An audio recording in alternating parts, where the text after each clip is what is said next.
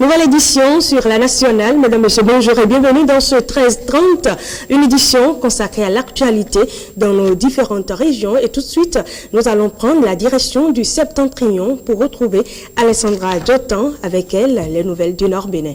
Bonjour à vous, Alessandra Diotan.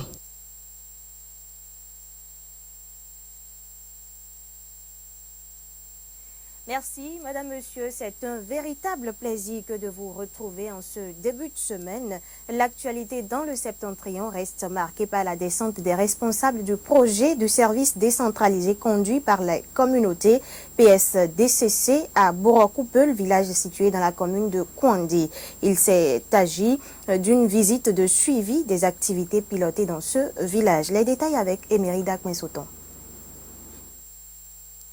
Le développement de toute nation commence par la base et c'est ce à quoi s'intéresse le PSDCC, projet de service décentralisé conduit par les communautés. Entre autres localités bénéficiaires de ce projet, nous avons le village Borokoupel de Kouandé. 3 ans déjà que le PSDCC intervient au sein de l'association de développement du village.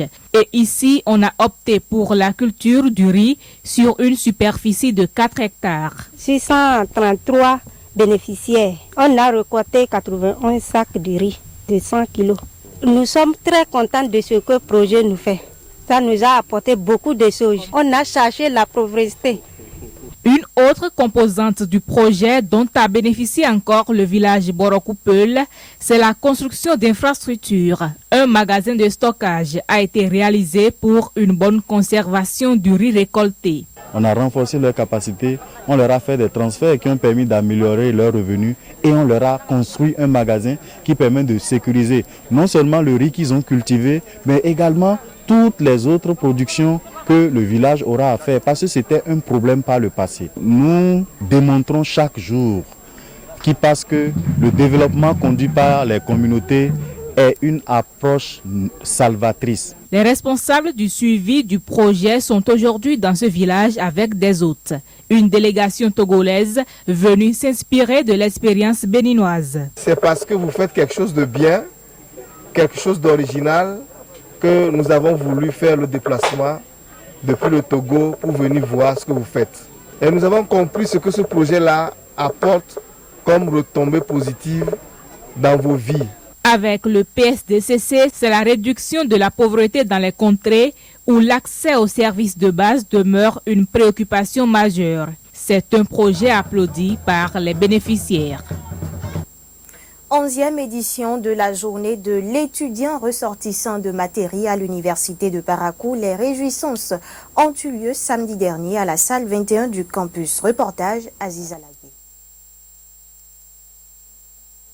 L'initiative émane de l'association des étudiants de Matéri à l'université de Parakou, AEMUP. C'est une célébration qui réunit chaque année les fils et filles de cette localité venus à la recherche du savoir. Nous avons un creuset de culture.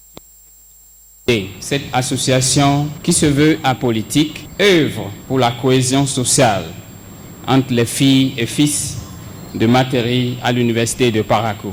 Nous avons lutté pour rassembler les étudiantes et étudiants de Matéri. Nous avons de bonnes ambitions, ambitions de réussir.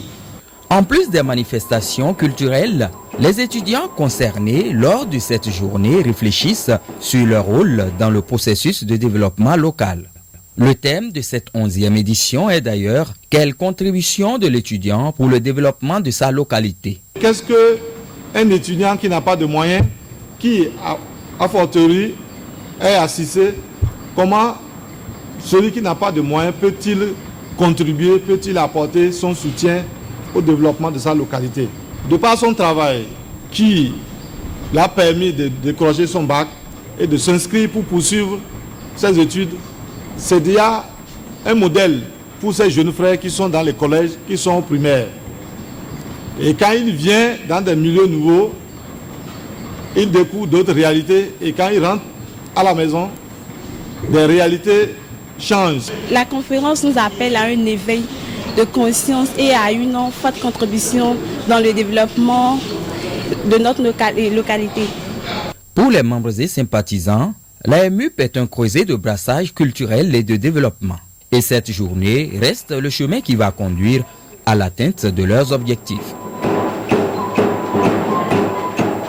Eh bien, l'actualité dans le Septentrion, c'est également cet événement culturel. Le village d'Agbassa, dans la commune de Tchaouro, a désormais un nouveau chef de terre.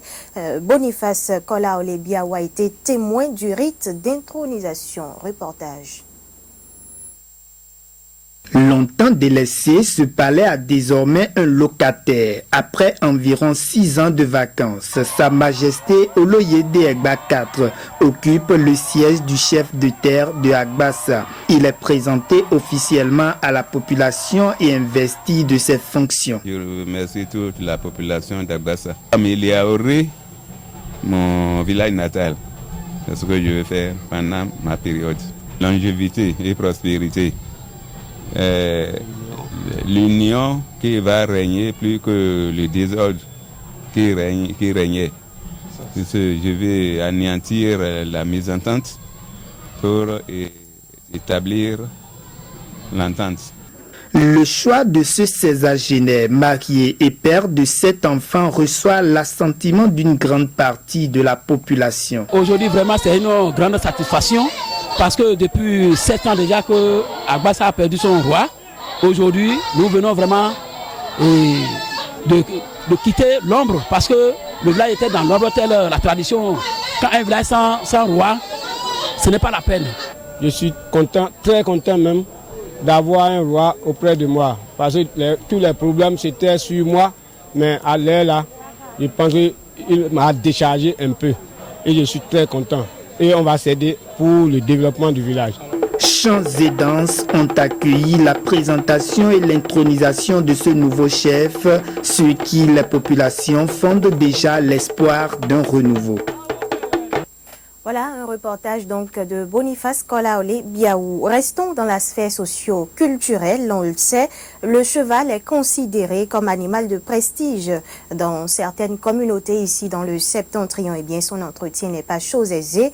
Et pour les propriétaires, il nécessite beaucoup de soins au quotidien. Comment entretenir un cheval domestique? Élément de réponse dans ce magazine que nous propose Nestor Sella.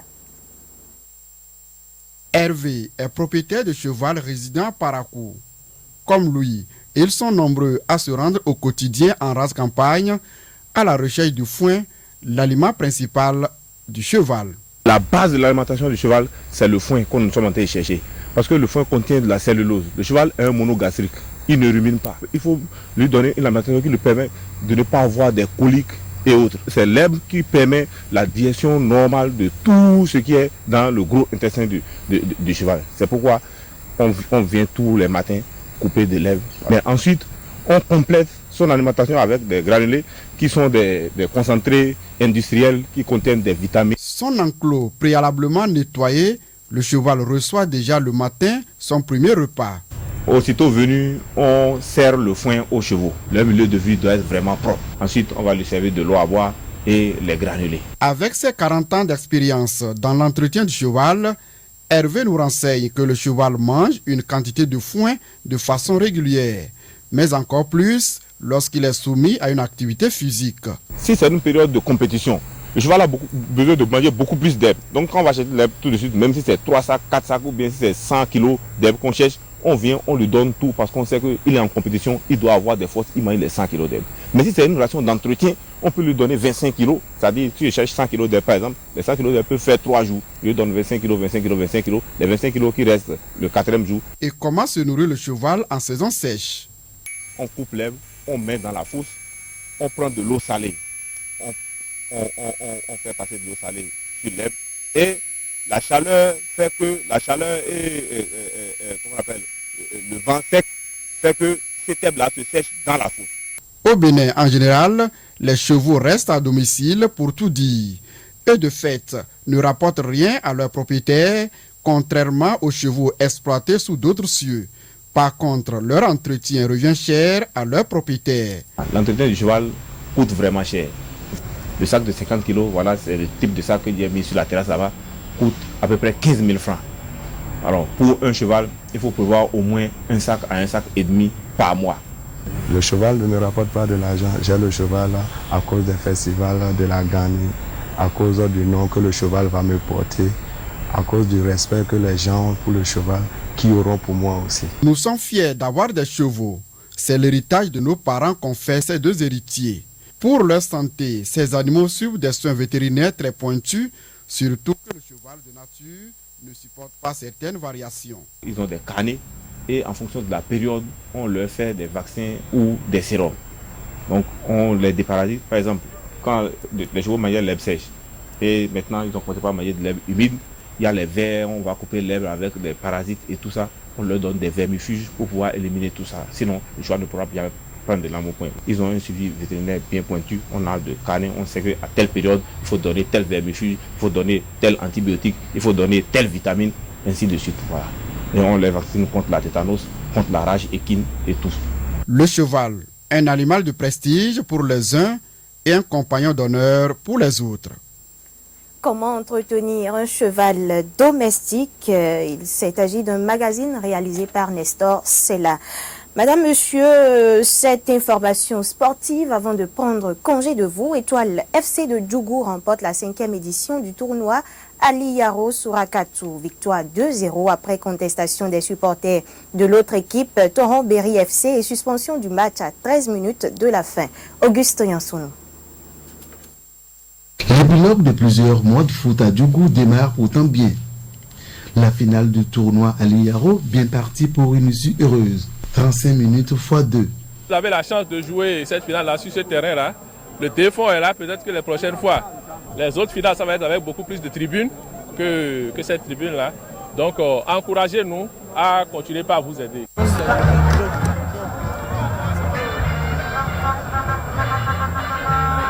Duel entre deux cadors, les blancs de l'Étoile et les bleus de Toron Berry. L'engagement blanc-bleu reste total.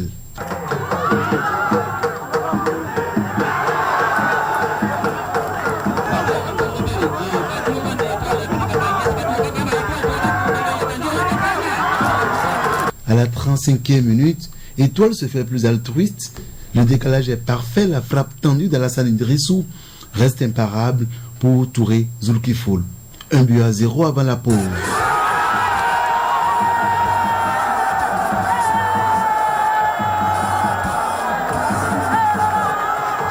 Le retour des vestiaires reste plus intéressant.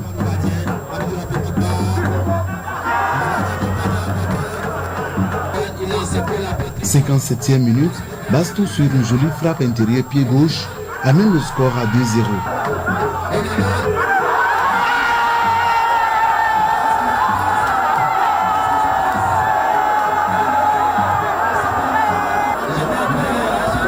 Des contestations naissent, le match arrêté, le règlement s'applique. Les récompenses remises le lendemain autour d'une grande cérémonie. Toutes les 16 équipes, sauf Toron Berry, reçoivent récompenses, enveloppes financières et équipements sportifs. Étoile FC brandit dans le ciel de Djougou le trophée de la 5e édition du tournoi Ali Yaro Sourakatou. On est à 5 éditions et nous nous préparons justement alors pour la 6e édition. Malheureusement, le match n'a pas pu aller à terme, mais comme le règlement, tout le monde connaît le règlement, pour quelque motif que ce soit, vous ne devez pas quitter le terrain, mais vous avez dû constater que la compétition allait au bout. Les meilleurs étaient récompensés, les vainqueurs étaient récompensés et je voudrais bien remercier le Seigneur par rapport à tout ceci.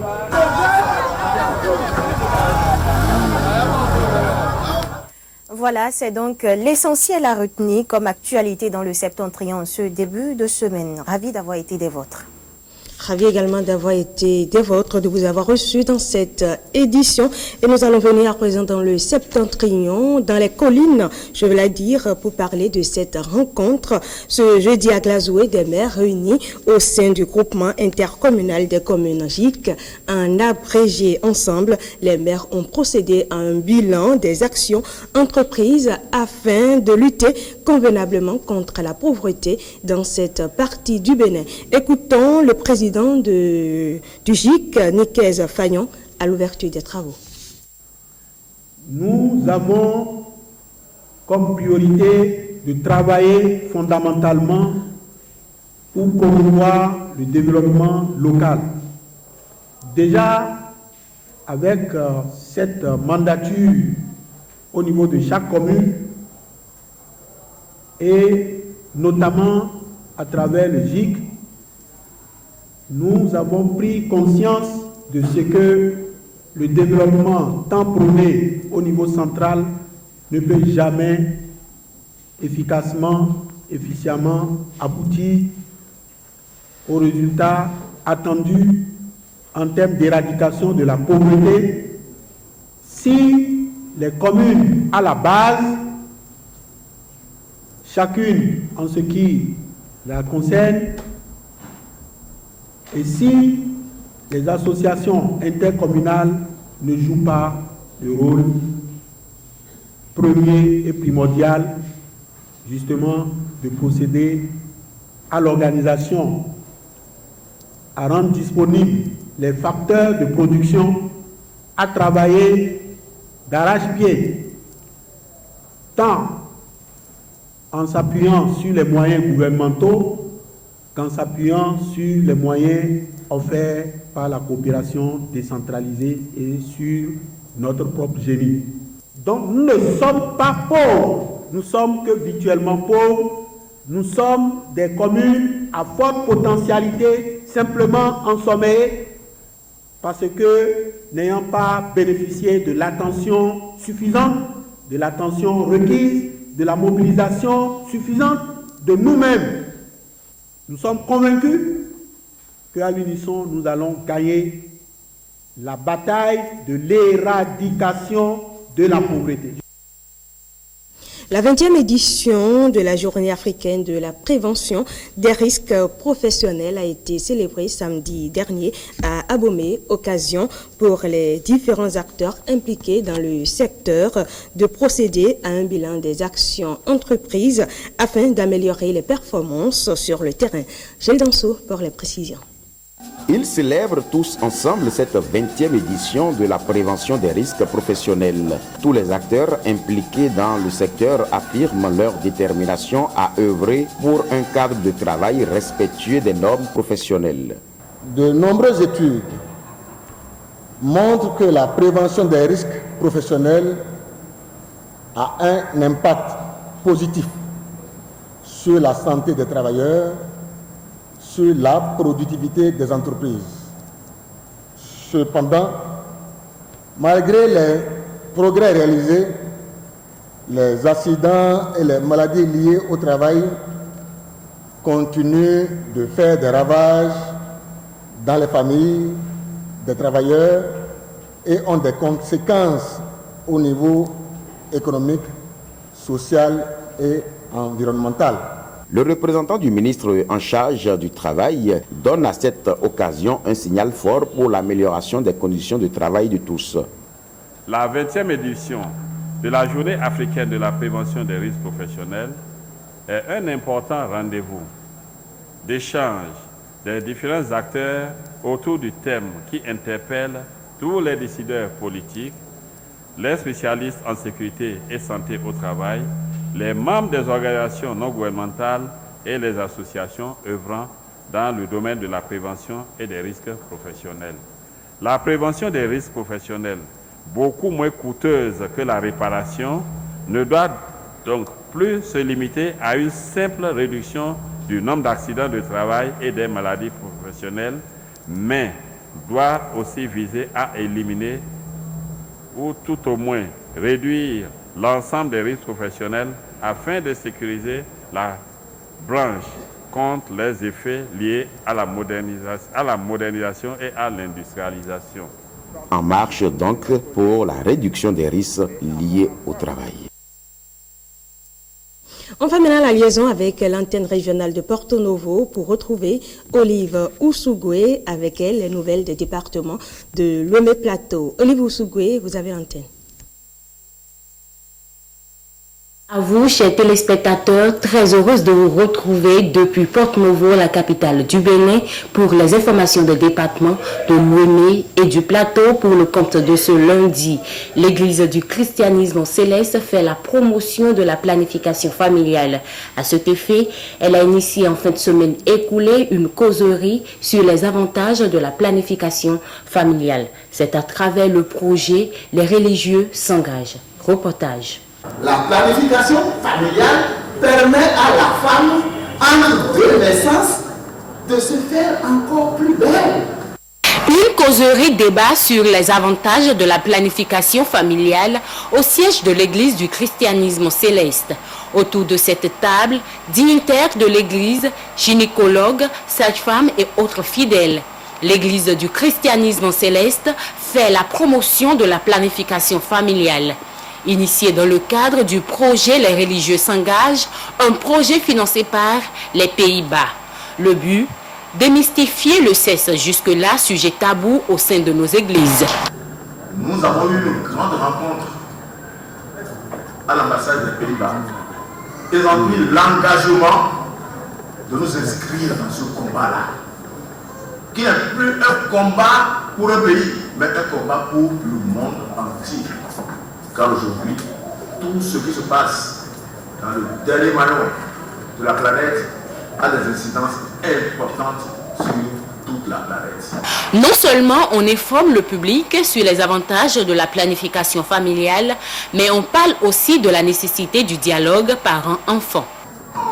La gamine n'a pas 13 ans, elle a déjà les premières règles. Et il n'est pas exceptionnel aujourd'hui de dire et de vous dire qu'une gamine de 14 ans qui n'a même pas encore les premières règles est tombée enceinte. Tout simplement parce que les choses ont suffisamment bien évolué chez elle de par son corps. Mais deuxièmement, les réseaux sociaux, ce que papa n'a pas dit à la maison, ce que maman n'a pas dit à la maison, elle sait tout ça parfaitement, elle peut même éduquer sa maman en termes de sexualité. À travers l'initiative, l'Église du christianisme céleste veut participer à la croissance à 2 chiffres de la prévalence contraceptive au Bénin. Résultat attendu, faire regresser le taux de mortalité maternelle et infantile actuellement élevé. Selon l'enquête de surveillance de 2e génération sur les IST VIH-Sida, la prévalence des IST est 2 fois plus élevée chez les jeunes en milieu urbain que chez les jeunes en milieu rural. 2,3% contre 0,3%. Madame Geneviève Agumba, elle est sage-femme. Elle nous parle des IST les plus courantes et leur mode de transmission suivant. Les infections sexuellement transmissibles, ce sont des infections qui sont transmises principalement lors d'un rapport sexuel non protégé avec une personne infectée. Mais on ne peut pas parler des IST sans parler du VIH. Les deux là qui font le lit des infections. Donc les infections aussi peuvent être transmises aussi par l'utilisation d'objets tranchants en commun de la mère à l'enfant lors de la grossesse, au cours de l'accouchement et pendant l'allaitement. L'usage en commun aussi des objets souillés ou d'espaces souillés peut favoriser aussi la propagation des infections sexuellement transmissibles. Par exemple, si je prends l'eau de la toilette, le fait d'utiliser aussi des savons lors de la toilette intime, ce n'est pas conseillé. Le fait de ne pas changer régulièrement aussi les sous-vêtements peut être source aussi d'infections sexuellement transmissibles. Les infections les plus couramment rencontrées se regroupent en 3 groupes. Il y a des infections qui se manifestent par des écoulements, c'est-à-dire des liquides, perte vaginale ou bien au niveau de l'homme, les liquides aussi. Ça peut se manifester aussi par les plaies, les ulcérations. Il peut y avoir des plaies au niveau du sexe, que ce soit du côté de l'homme ou de la femme. Des fois aussi, c'est sans ulcération, sans perte. Mais ça peut être des bourgeonnements qu'on appelle des crêtes vaginales, crêtes de coq. Donc c'est des bourgeonnements qu'on retrouve au niveau du sexe. On peut retrouver ça au niveau de la femme, comme on peut retrouver ça aussi au niveau de l'homme.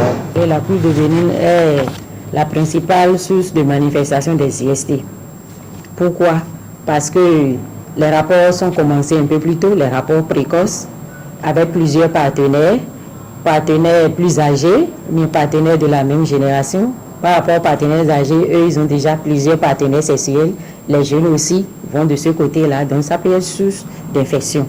Et pour finir, le tronçon Wando a commisérité dans un état de dégradation très avancé. Les riverains s'en plaignent, suivant leur réaction dans ce Vox Populi réalisé par Guillaume Avienou, Patrick Nimanvon.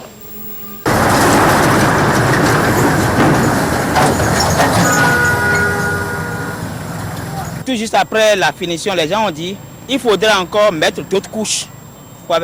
Donc je ne sais pas, comme la vallée a besoin de la voie, ce tronçon, les gens demandaient que ce tronçon soit goudronné. Je ne sais pas si c'est bon. Bon, on a voulu simplement nous faire quelque chose. 4 ans seulement après, et que nous remarquons cet état de dégradation, c'est une désolation. Nous voulons que cette voie soit refaite. Sans quoi, moi je suis de la vallée, c'est de la peine sur ce tronçon. Vous le voyez déjà, ce n'est pas une bonne voie. Il faut dire à les autorités bien compétentes de bien veiller sur la voie. Bon, de trouver une solution. Aller quelque part maintenant, bon, ça ne va pas du tout. Ça crée souvent des accidents. Et ce sont des accidents insupportables. Et on ne peut même pas le dire, comme vous le voyez. J'ai constaté que la voie là, bon, il y a beaucoup d'escaliers dedans, sur la voie là. Mais la voie, c'est pas bon. La voie, c'est gâté. C'est gâté. Ça là, c'est pas voie. Il est trop gâté. Mon yeux là, il est malade, mais même quand même, poussière, trop poussière. Pour venir ici, il a fait au moins une heure du temps passé avant d'y arriver ici. Dans une capitale comme celle-ci, une pareille voie n'est pas acceptable. Il nous faut une autoroute carrément. Il faut dire au président de la République, chef de l'État, qui a été élu par le suffrage des Béninois. C'est heureux qu'il soit là. Voilà, ce sera tout pour notre intervention depuis Porte-Nouveau, la capitale du Bénin. Merci de nous avoir reçus. Nous vous retournons l'antenne. Merci également à vous, Olive Ousougoué. C'est avec vous que nous allons mettre un terme à cette édition. Merci à vous qui l'avez suivi et à très bientôt.